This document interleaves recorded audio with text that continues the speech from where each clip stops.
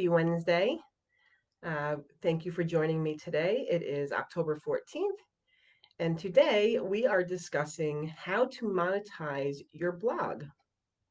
So I'm going to give everybody a few more moments to come on in, and we are going to start diving into this topic.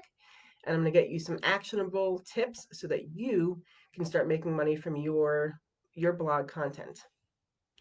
So I hope you are all ready and excited to learn today. So just give it one more moment. I'm recording here out of Connecticut, and today we are going to be grateful for a very beautiful day in the 70s.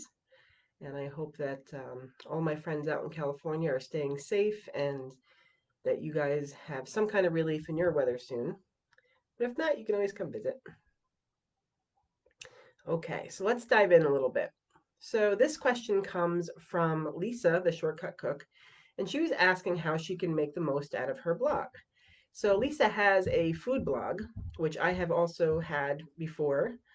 So some of this is going to be more focused towards food blogs, but I will give you some tips for any kind of blog as well. And before I really dive in, don't forget to hit the follow button or subscribe button, depending on where you're watching, so that you do not miss another episode. Okay, so let's talk about blogs. Blogs can have a lot of traffic, can provide a lot of traffic coming to your website, and you can make some money on blogs, but you have to do it the right way. And a lot of people expect instant success, and you have to realize that when you're putting this content out, there are so many other people that you are competing with for your viewers' attention. So we want to make sure that we're standing out against the competition and that people are coming to our site and not theirs, right? So, how do we do that? First is you have to be consistent in your blog posting.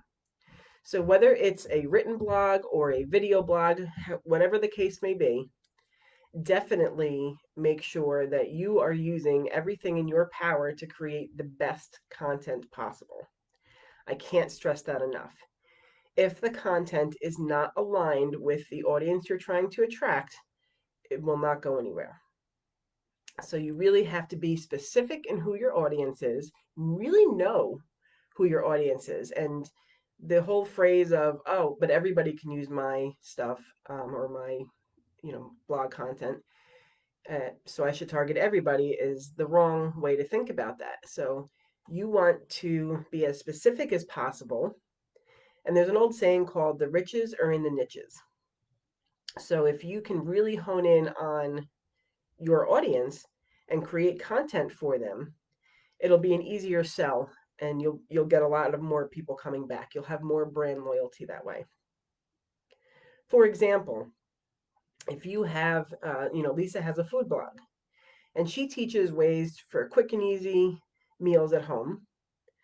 But if you're looking for, ways to really expand your culinary skills and try things that are very difficult, and that's just not for you. So you really want to make sure that you're targeting the people that need these quick and easy recipes.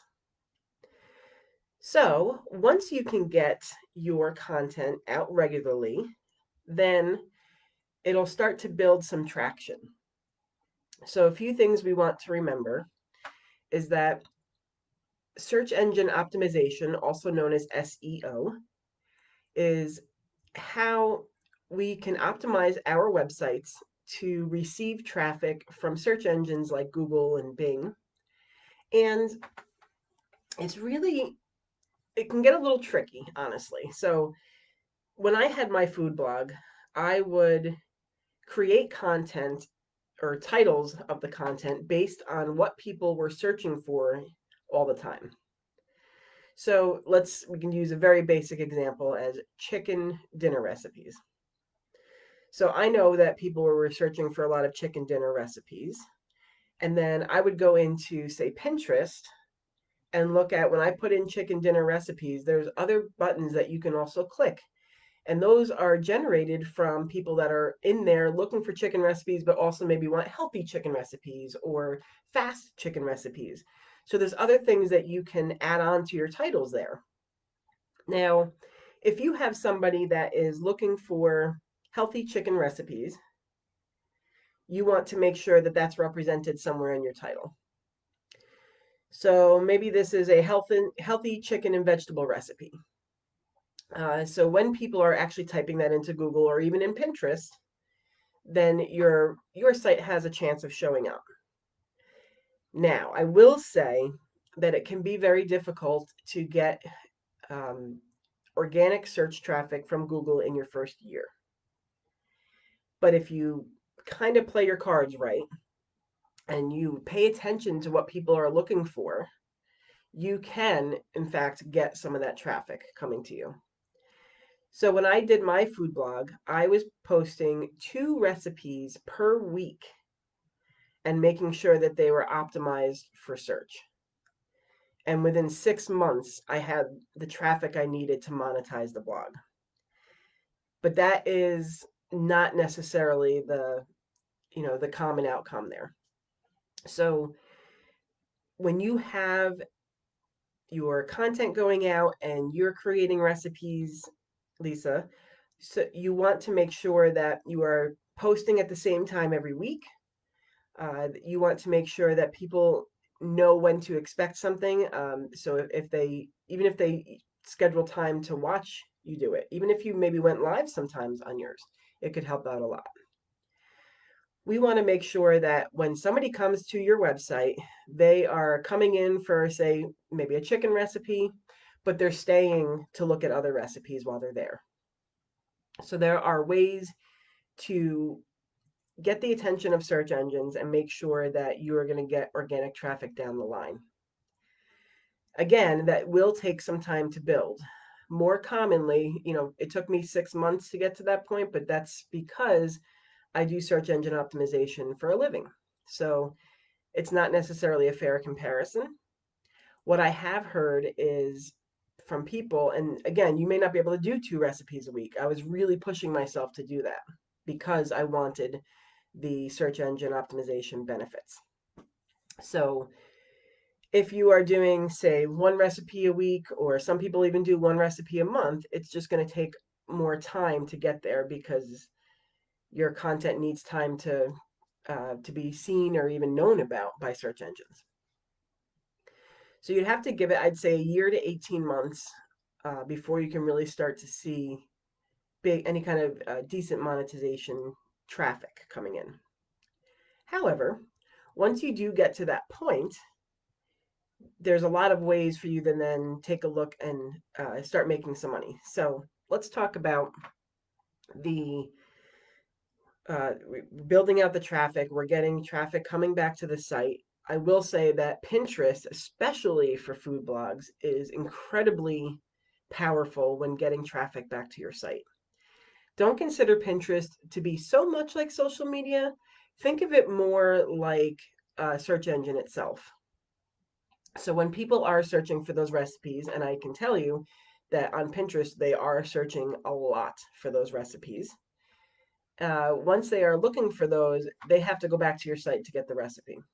So what we want is one location where you have people coming into, like your website, where all of that traffic is starting to build. From there, there's a few ways to monetize the site. First, there's something called Google AdSense. And Google AdSense is really about you allow spaces on your website to have ads put in. And this can be, somebody that's placing ads in Google Ads, their ad can be shown on your page. You can specify what kind of categories you want shown on your page. So maybe nothing competing, but stuff that's complementary. For example, you can choose like cooking appliances. There's grills, there's smokers and stuff like that. All that kind of stuff would be nice, a nice complementary product on your site. Additionally, you can look at affiliate marketing. People have products out there and they want those products in front of your audience and they will pay for it. So there are sites like Share a Sale that you can go on and basically pick and choose what products you feel comfortable promoting to your audience. And those can come in through ads. You can do those also with uh, by creating blog posts around those products. There's a lot of different options there. Additionally, Amazon offers an affiliate program, and Amazon's is a little bit different where you have, I believe it's 180 days to produce sales, affiliate sales. And it's really not a huge requirement. If you have an engaged audience and you're making recommendations, there should be no problem meeting the requirement within the 180 days. But the good thing about Amazon, because they do offer a smaller commission, but the good thing is that you get the commission on everything in their cart, not just the item that you sent them to Amazon for. So, how do you take advantage of Amazon's affiliate program? Well, this can be easy, like in a gift guide. So, what if you created a foodie's gift guide? And this could contain things like appliances, small appliances, salt holders, different products that you think would be great in the kitchen that could help people streamline their cooking. And you can offer that on your site in, say, a blog post or even on social media. And if people buy it, anything, and we know how great Amazon is at upselling us, right? They show us everything that we want to see after we've already added something to the cart. So everything that they put in the cart from your link, you will get commission on. So another great way to monetize. So consider those types of things, Google AdSense or affiliate programs. And after a while, you'll actually have people reaching out to you too to be an affiliate for them. So you want to make sure that you are continuously putting out great content, that your content fits your audience, and you want to make sure that anything that you're representing through ads or any ads that come on your site are something that you believe in. And you have full control over what gets shown on your site. And you should also know that with AdSense, the ads that will be shown on the site may not necessarily necessarily reflect those categories, but it could also be what they call retargeted ads. So, for example, if I went on to somebody's website and I was looking at a product, they could retarget me and kind of follow me around the internet with Google Ads. So they would say, okay, this person went to the website. They didn't take action, so please show them these ads. And those ads could show up on your website. You may not see them because you didn't recently visit that site, but your users could see them. So those ads are definitely all, are served to the user and their preferences. So there you have it. There are some ways to monetize your blog. If you do have a food blog, one of my best recommendations for the most amount of awesome information is Food Blogger Pro. And it's a wonderful monthly subscription you can have, and they have a ton of tools. I mean, they helped me when I first started mine, and I took off from there. And they are a husband and wife team. They are awesome at what they do. You should definitely go check that out. I hope you have enjoyed today's episode. And I invite you to come back next week where we're going to be talking about advertising for the holidays. The ad systems are already starting to get bogged down, so I'm going to give you what you need to know to stand out and save some money. Until then, have a fabulous week, and I can't wait to see you next week. Bye bye.